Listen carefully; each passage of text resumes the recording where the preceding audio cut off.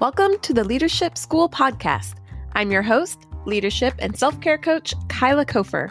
Here at the Leadership School, you'll hear leaders from around the world sharing their stories and expertise on how to lead with balance and integrity. Our goal? Teach you how to be an extraordinary leader.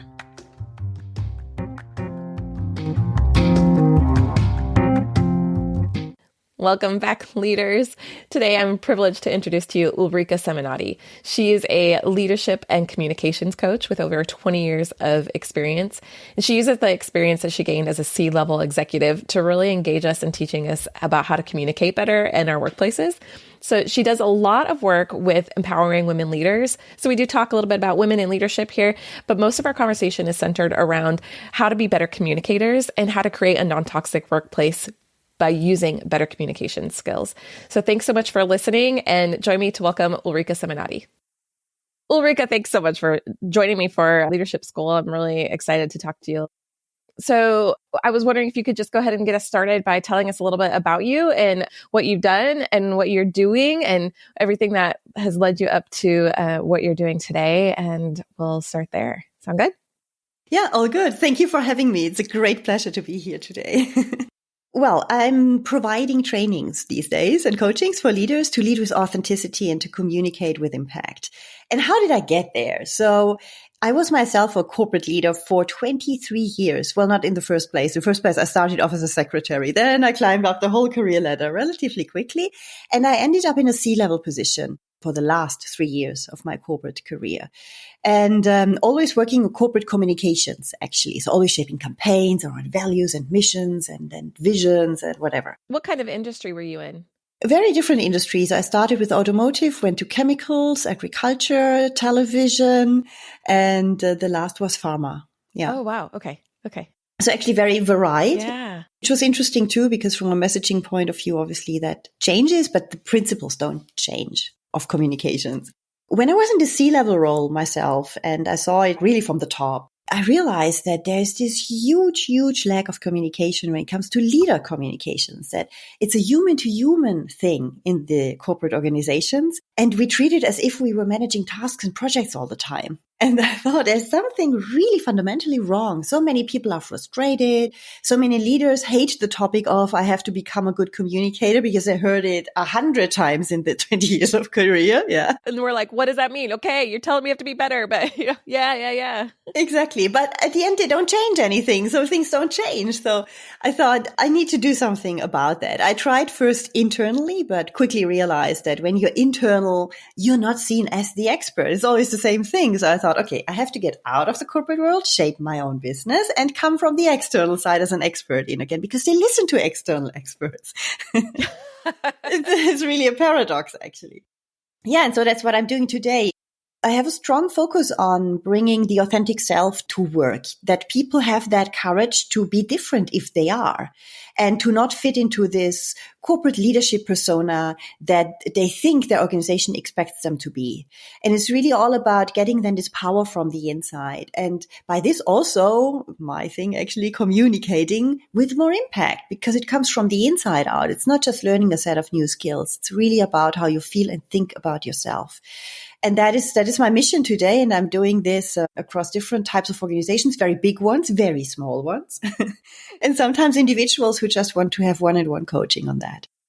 Wow. Okay. So when you say better communication, what does that look like and what does that mean? Because I think, like you said, we're all like, well, we need to do it differently. And it's just, sometimes it does get redundant or it gets overwhelming, and we don't need it to be. We understand that we have to communicate better, but we don't really know that we're not communicating well.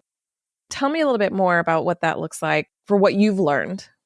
So, well, it's a vast field, obviously, but it's all about understanding who you do that for. Most people shape their message tailor-made to the one person who never gets it, and that is themselves. Yeah. So we do that. Obviously, we come from our perspective. When we think about logical arguments, how we want to motivate our teams for a project, for example, then we give the arguments that come to our mind first. And these are the only arguments for us and for no one else. And then we wonder why others don't buy in, why they even shy away. So we create the opposite effect sometimes, because we don't think to step into the shoes of our audience, which is the typical thing that we do in communications or marketing. Yeah, it's all about the audience, the so-called target audience. But as an individual, you need to think that too. If you speak to someone, what is the motivation of that person? And there are two types of motivations. The inner motivations, how are they wired? Are they looking for status and power? Are they looking for security? Are they looking for having space for creativity? Are they looking for human connection only? It's very different. And where are you, so that you can see also the gap between you and this other person? That's what's inside. But then there's obviously something that is more the outside factors, like, do they have career aspirations? Do they have the next position already in mind? What is the area of expertise where they have a real interest in these things? And it's a complex mix of things you need to consider. But I think the simple fact, the very first thing of just understanding, if I want to communicate well, I need to switch sides and perspective. I need to go onto the other side first. And then I think about how I say things, which words I use, and, how I bring up my arguments to get buy-in. Yeah, in the past, I personally have been good at this at times and bad at this at times.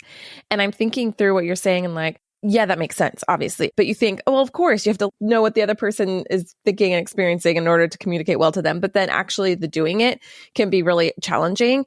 But it's not that so much as it's challenging. It can get really exhausting because you're constantly having to put yourself in someone else's position. And the more you practice that, the easier it gets. But there are definitely, I understand the times when you're like, I just don't want to do that right now. Can you just hear it the way that I'm saying it? And I think there's some like that back and forth where the more you work with people, the more you get to know them and the more you can kind of understand the way that you're talking and interacting. But how do you do that every single time? How do you build up that level of it's really listening. It's really listening and attention and attending to the experience of somebody else.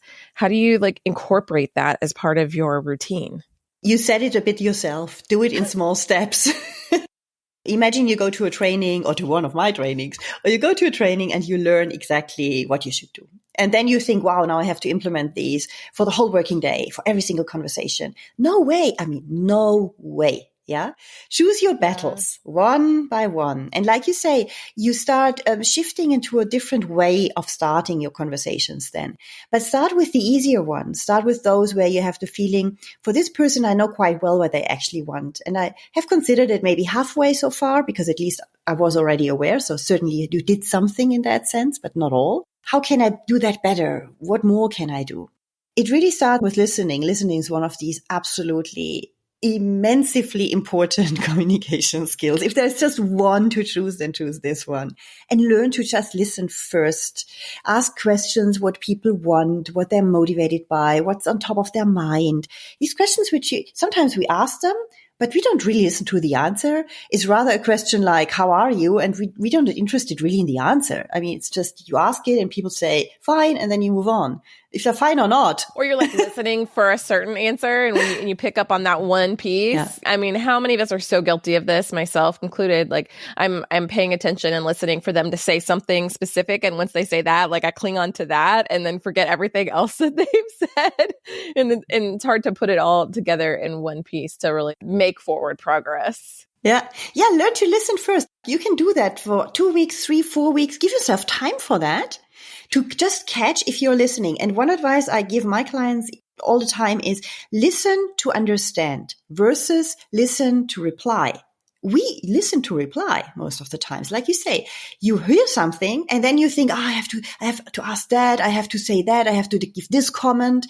And in this very moment, you're not listening anymore. You're into your dialogue. Yeah. You're making it about you of how can I respond? What's my role here? I need to make sure I have the perfect response and I'm contributing somehow in this moment. Exactly. And that is a first exercise that is really difficult because that's not what we usually do. Just try to do that first. Really try just to understand, nothing else, and run the risk that you have a gap afterwards, that your question is not coming out in the second, that you need 2 or 3 seconds more, which feels very long then. Yeah. But just have that courage to try that out. Maybe not in your crucial conversations first, where it's about important stakeholders, where you want to shine, where you put yourself a lot of pressure on. Use conversations, simple ones, maybe with your friends or in your private life, just to learn that and realize how much you're not listening to really understand, how much you're listening to reply. So you mentioned you had multiple C-level experiences, and in those positions, how many of the problems could have been solved just by listening better?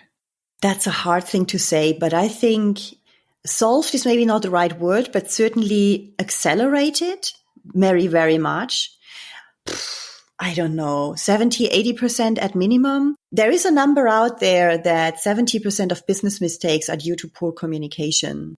And I think this is very realistic, because the thing is, when we don't listen, because we also don't listen in meetings, worst case, we are even typing emails at the same time. And with online working, it's even happening more. Yeah. So we listen half ear.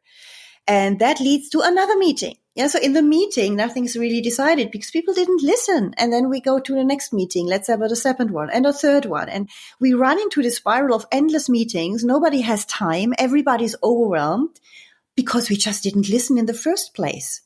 And just understanding that you can make a difference, even in your time management, because you avoid misunderstandings, it's just also a great insight to start with. Wow. Okay. So when people are coming to you and saying we need help with communication, is that what they're asking for? Are they usually asking for a different problem and you're coming in and helping them with the communication? Most of them are coming in from the perspective that they are not good presenters, that it's not engaging enough when they speak to a group of people, these kind of things.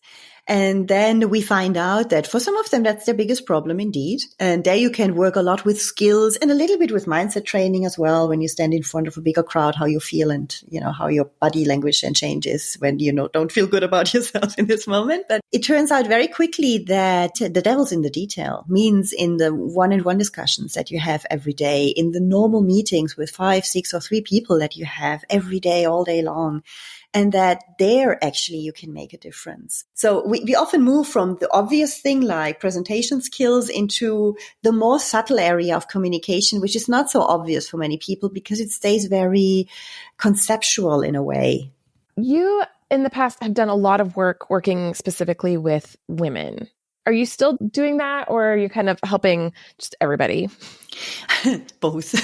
I'm helping everybody because obviously when I have a corporation coming, rarely they come with only women. Usually they come with the leadership team. And as it is, usually there are more men than women in this leadership team. Yeah. So it's still like that. With women, I work more in one-on-one sessions because it's really about how can I be bold? How can I be myself? How can I dare to be myself in my role? Even if I step up to the next level, I don't feel that I bring in exactly the profile they're expecting. And then we are working on the expectations and on managing yourself, on how to bring your true self to the table proudly and without feeling like an imposter and without feeling not good enough and everything that often comes with it, because women have very, very high expectations towards themselves. So that's a bit their specificity and also high level of perfectionism very, very often. I see it much more often than with men who just can go over their mistakes and move on to the next topic without overthinking, whereas women just take that with them and they build on it. And it's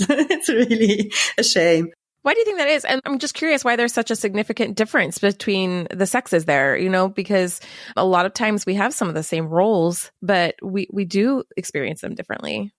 I think it lies, and also speaking with other experts who are doing that, I mean, there's no real proof around that, but many people think, and I join them, think it lies in the way how we were brought up. Small girls are often brought up with the expectations that they have to please, they have to look pretty, they are nice, they are cute. Yeah, they're not heroes. They are not superwomen when they are 4 years old. And, yeah. So they're told these things that lead to the fact that we think we have to fit in. We have a high level of expectation because we were brought up with the idea you have to be cute, nice, and pleasing all the time. And that's what we bring to work when we are 30, 40, 50, and 60 years old. If you have not worked on that and are not aware how much this is driving our behavior because it's driving our thoughts, then we are constantly in this, I would say, very narrow jacket of high expectations that we bring with us. And it's really stressful to be in this jacket all the time. You can't breathe, literally. You can't just bring to the table your whole energy, your real thoughts, your spontaneous ideas without overthinking. And I think it's really coming from the very early years in our lives, from this conditioning that we have until we are 8 years old, when the belief system is mostly constructed in our brain.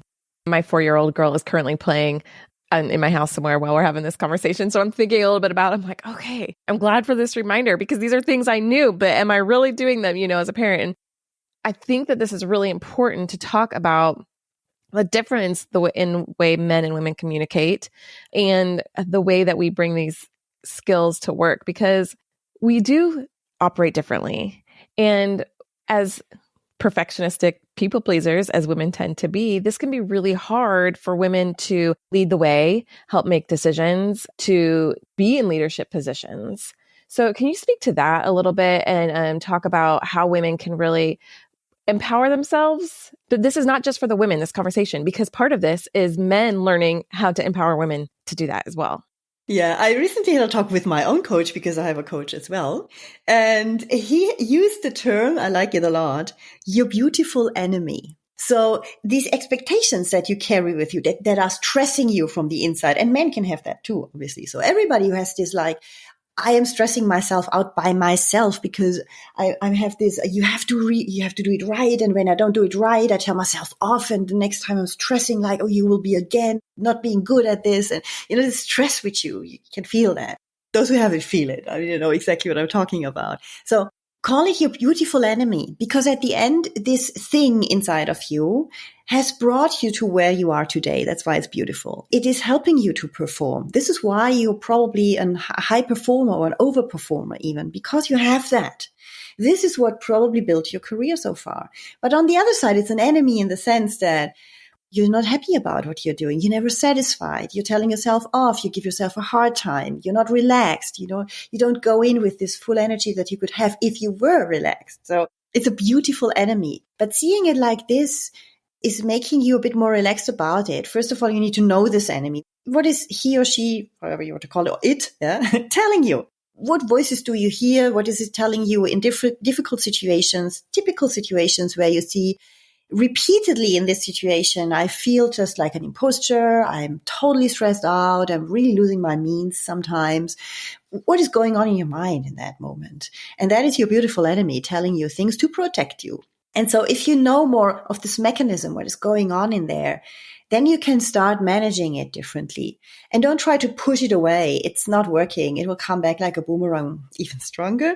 But manage it. Like you take this thing with you. It just doesn't leave you. It's just like your height. You're always the same height. Yeah. That just doesn't change. There are things about you that are always the same. They're always going to be with you. And the more you just take ownership of them, then you own them. Then you can own how they respond and how they react. And you know that they're there. And so you know what to do with them. It makes a huge difference. Yeah, absolutely. Absolutely. It's being conscious about that. It's creating this level of awareness. And with this, you can make a conscious decision how you want to manage that. Do you want to let this beautiful enemy take over all the time? Or do you say, okay, you come along with me anyway, if I want it or not. So come with me, no problem. But I might ignore you. I might do things differently at specific moments, and that is fine. I go my own way, and you can chat in the background as much as you like. It doesn't change for me. Yeah.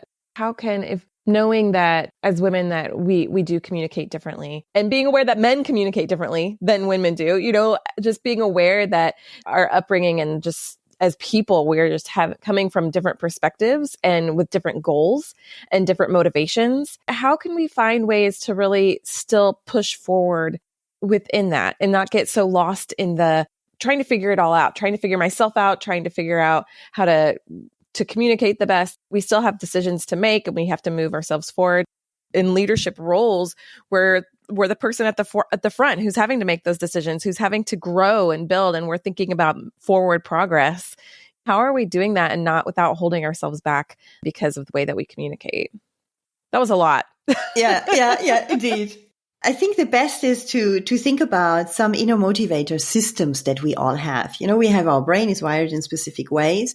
Depending if you had ever done coaching or something like that, you might be aware of different personality styles that are out there. There are many, many different models out there. I'm working with the motivational drivers of the limbic brain, which are very intuitive, because the limbic brain is basically our fight or flight mode, our intuitive brain, a very simple part of our brain, but super, super, super fast. Yeah. So it sends us immediately an emotion. It sends us if somebody's friend or enemy.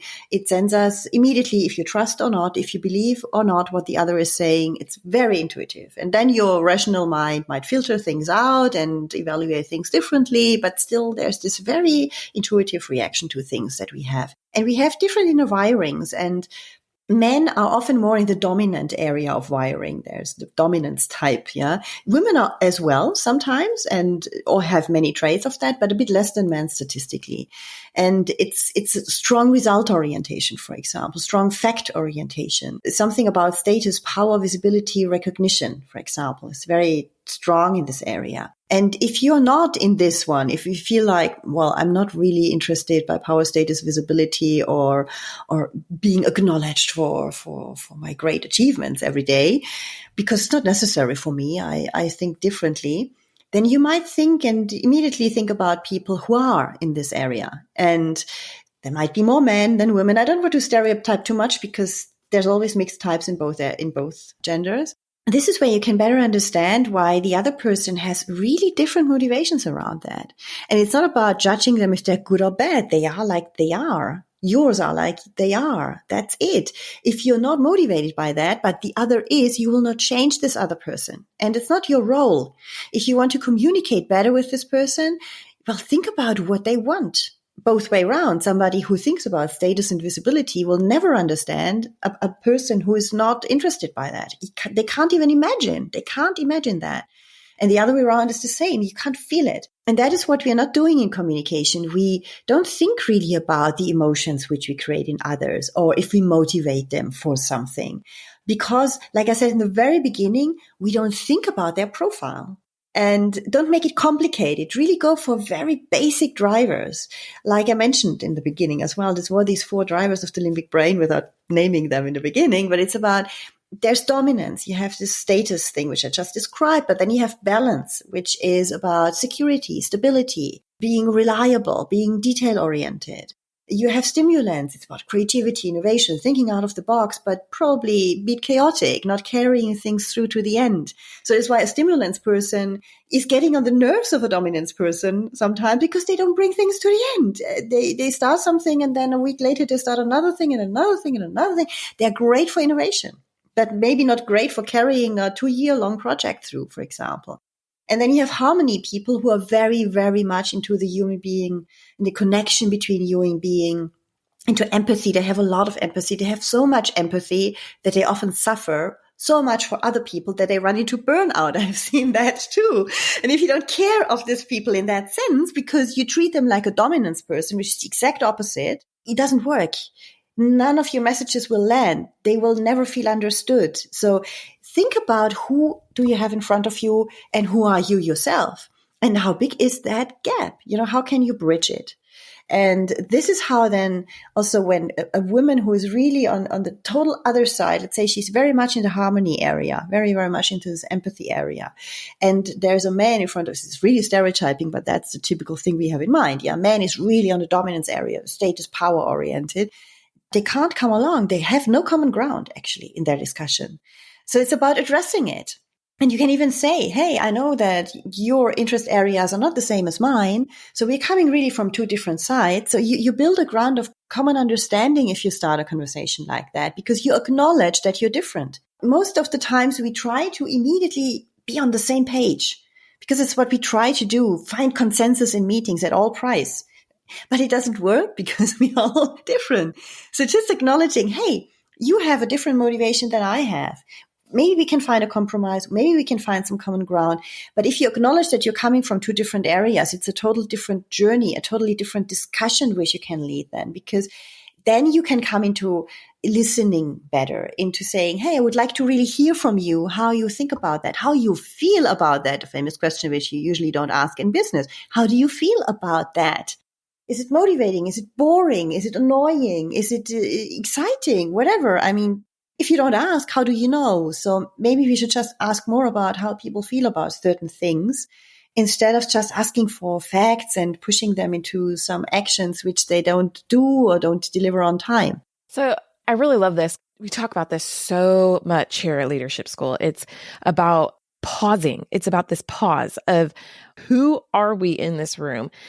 Let's step back, actually get to know each other. Not to the point where I believe in boundaries at work. So it's not like I'm getting to know my coworkers because I want to invade their lives, but it's the getting to know your personality and your styles in enough of a way that we can work together towards common missions. And taking the time to step back and really do that. It's so funny because we think that if I take time to do this, then I'm taking time away from all the work that has to be done. And then I have 700 emails that I have to answer. Those are going to be there regardless. You've got to do that. But I can guarantee you're going to get through them a lot faster if you have a team around you that can work together because we know how each other thinks and the way that we respond and the way that we speak. And because communication isn't just about the words, like you just said, it's about our feelings, it's about our emotions, and it's about everything of who we are that we bring to the table.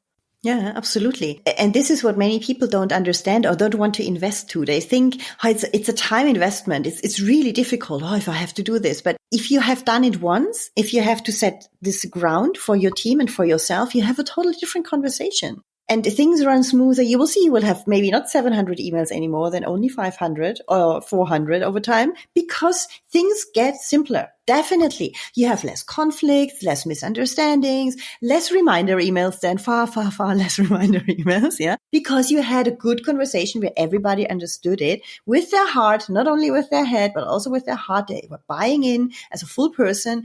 It's a totally different story. And it takes time to build this way of communicating as a team. But this is what leads to the famous high performing teams that everybody wants to have. So I started this podcast because I wanted to learn and grow in my leadership journey. And I have been so incredibly inspired by the guests and the conversations. So once the interview ends, I actually keep the conversation going because I have found that sometimes the richest part of the conversation is when we feel like the interview's over and we can just kind of have a relaxed, more casual conversation. Also, if you've noticed, if you've been following this podcast for some time, I used to ask every guest 2 questions. What does integrity mean to them? And what does balance look like to them? Well, I haven't stopped asking those questions. We're just putting those over on our Patreon page.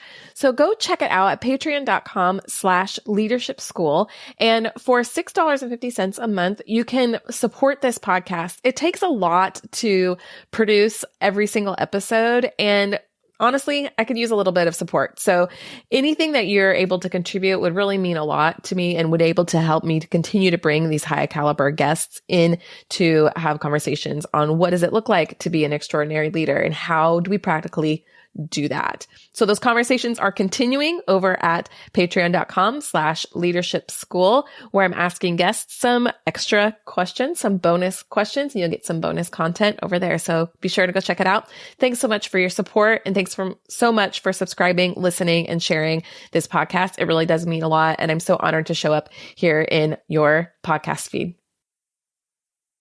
Yeah. So story time then, Ulrike, tell us some stories of when you've seen people do this, take the step back, and how it has changed. I mean, you've given some kind of general examples of how that will change you, but how have you seen this really make an impact in the work that you've done?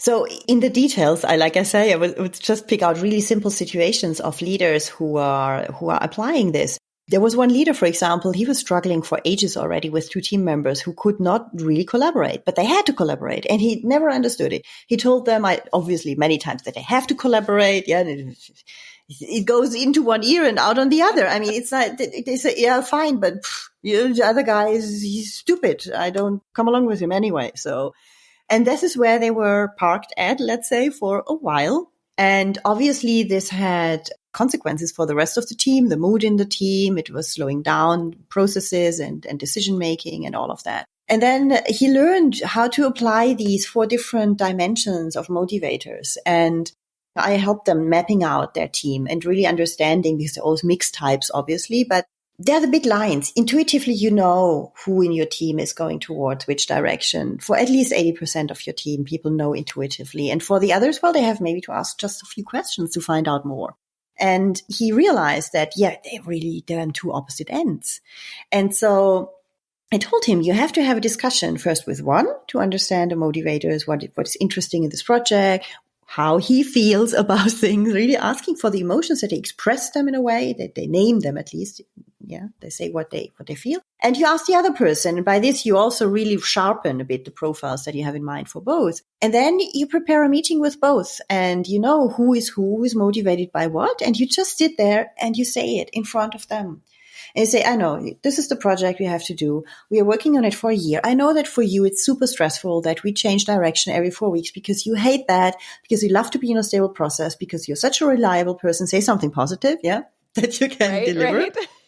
So it's not like you're the boring guy who hates change. That's not good. No, you say you're, because it's true, you're a reliable person. And for you, it's stressful when we change things. And the other person, I know that you love that things are very dynamic in this company. But on the other hand, it's very stressful for the first person that sometimes you promise things and then you don't even remember it. Or you say you will do it and then you don't. And then, so you have these, just having that conversation. So he was setting up, I don't remember what exactly was the example what I'm giving, but this kind of two types he had in his team. So he was mediating discussion between them by like introducing them to each other with their profile without naming it like this, but with, and they felt that has a huge effect, has many effects, because then they felt like, oh, my leader knows me, acknowledges me for who I am as a human being. So they feel valued because you're not just coming up with you're the accountant and the other one is the project manager. So you are human with these emotions. You are human with other emotions. So, and they felt recognized, first of all.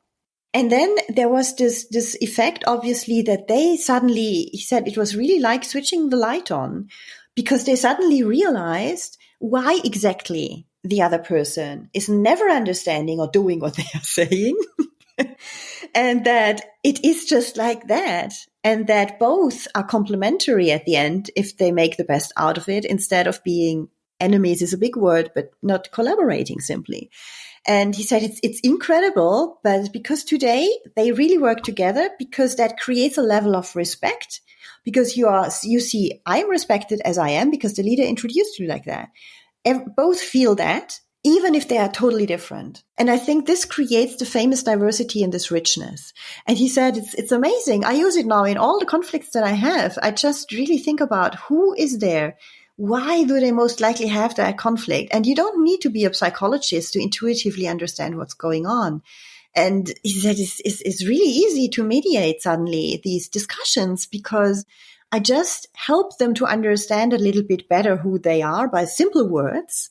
And you create this mutual respect and an openness for having different perspectives around the table and creating something out of that and finding this compromise somewhere in the middle, and meet somewhere in the middle with new ways of working and more tolerance for each other's strengths and weaknesses.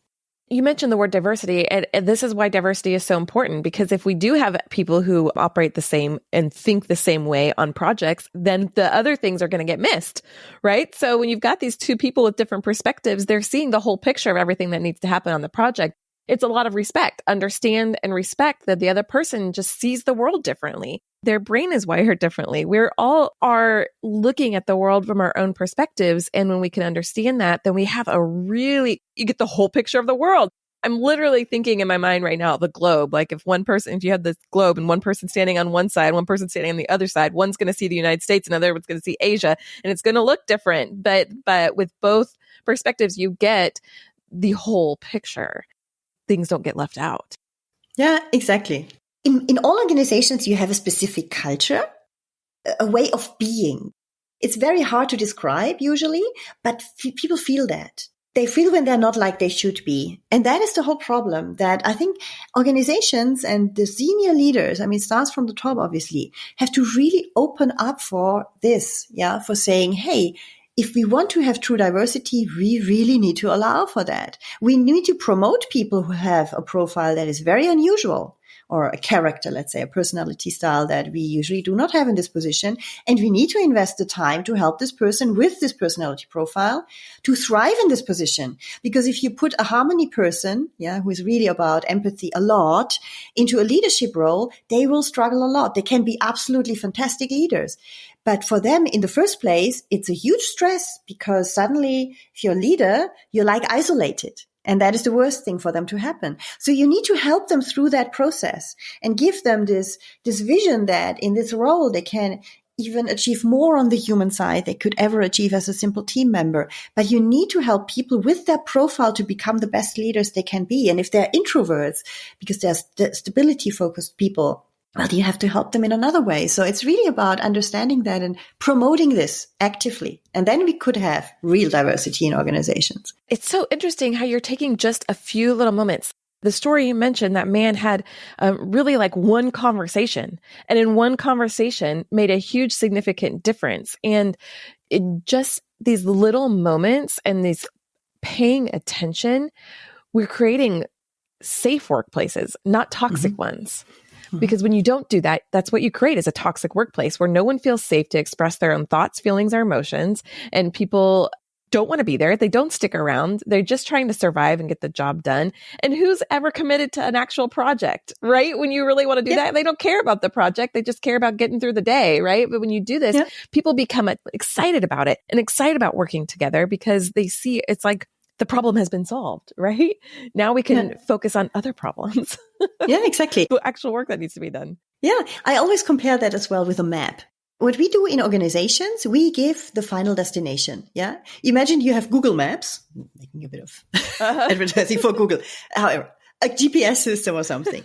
When you put into a GPS system, you need to put in your final destination where you want to go. That's obvious. So that's the company goal in this metaphor. Yeah. So company goal equal final destination. But what we do in a GPS automatically, because if not, we cannot get any plan from the GPS, we put in also the point of departure. Logical. Yeah. But in organizations, we never give people the point of departure because we think they should all have the same. But they don't, because they're different people. So if you tell them this is the goal for this organization, or these are the values that you have to embrace, or these are new leadership behaviors, which you will learn now in a 2-day training, forget about this. I have seen that I don't know how many times. And it never works. It never works. Why?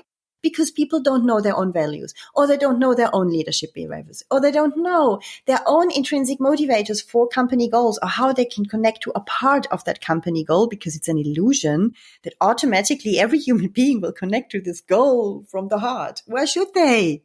They don't. I mean, really.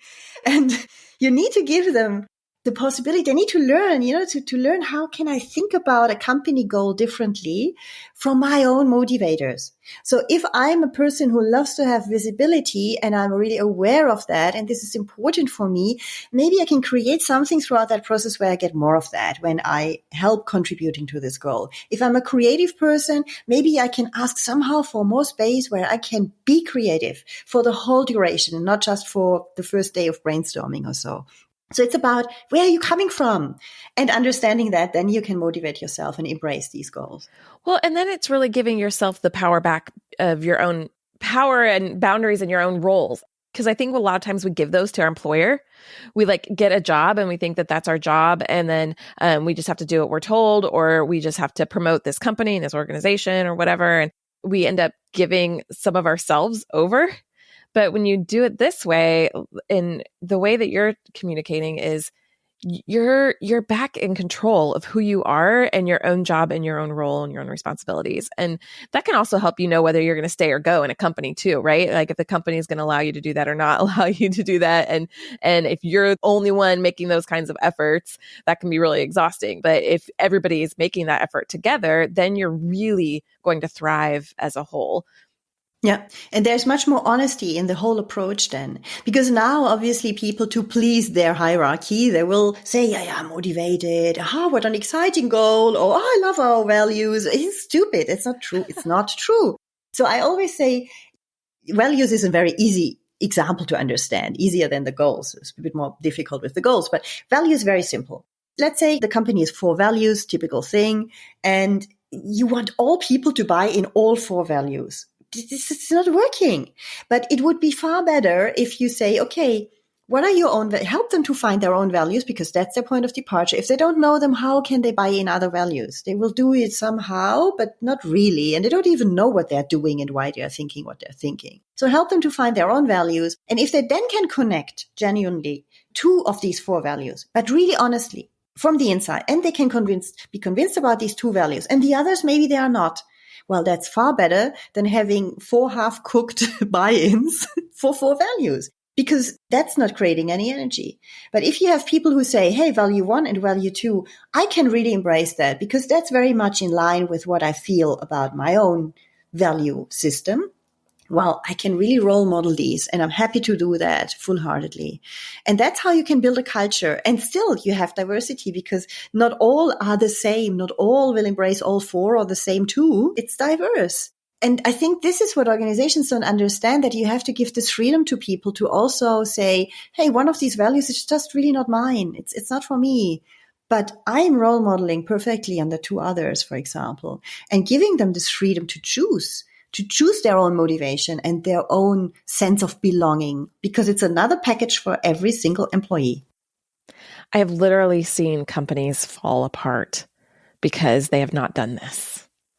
And they have focused on the company values and trying to get everybody on board, and the leadership not being able to communicate well, get along, and everybody approaches it differently.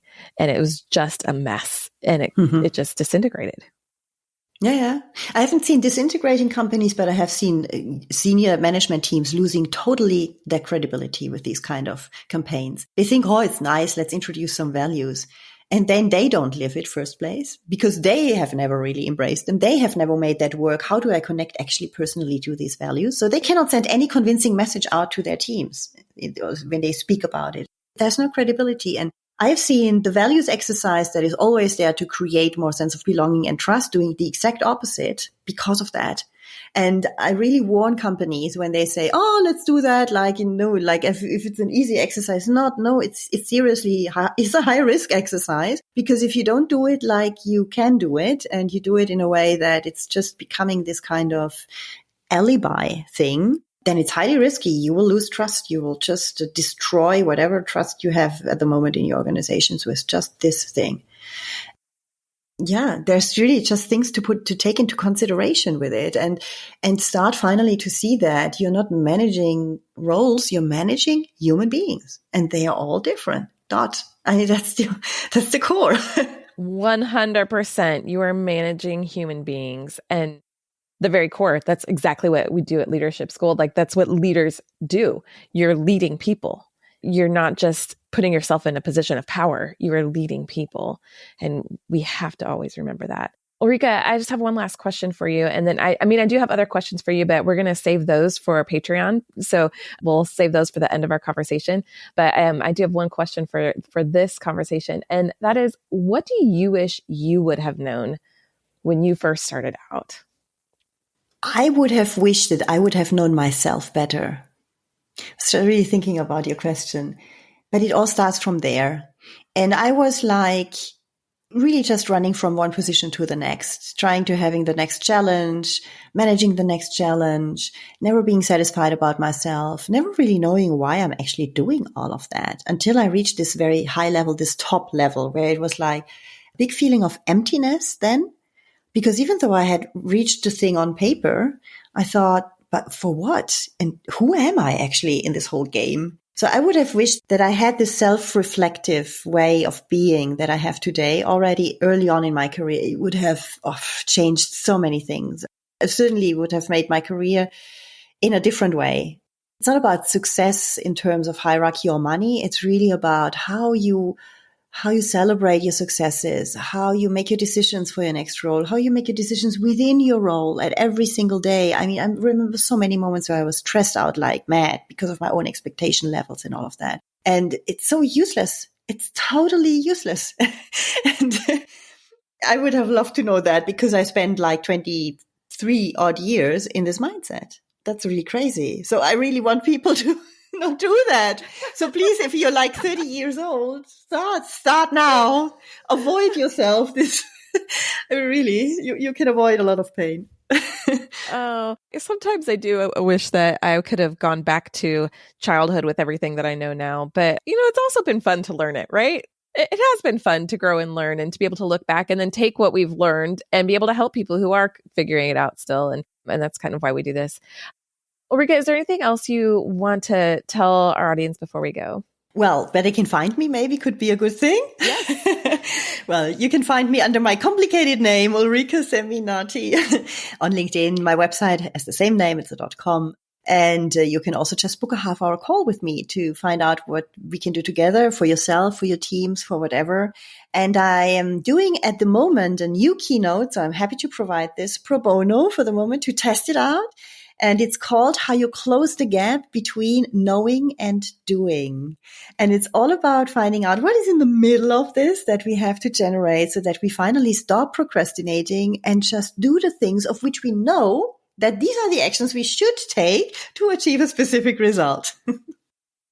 Oh, that sounds awesome. Well, I can't wait to hear that keynote. And all of your contact information is in our show notes so people can follow up with you and get to know you. We really appreciate your time. And thank you so much for joining me. I have just really enjoyed our conversation and learning from you. Thank you, Kyla. I love it too. Hey, thank you so much for listening. If you've liked what you heard and you want some more tools and resources to help you on your journey, go check out kylacofer.com/free stuff.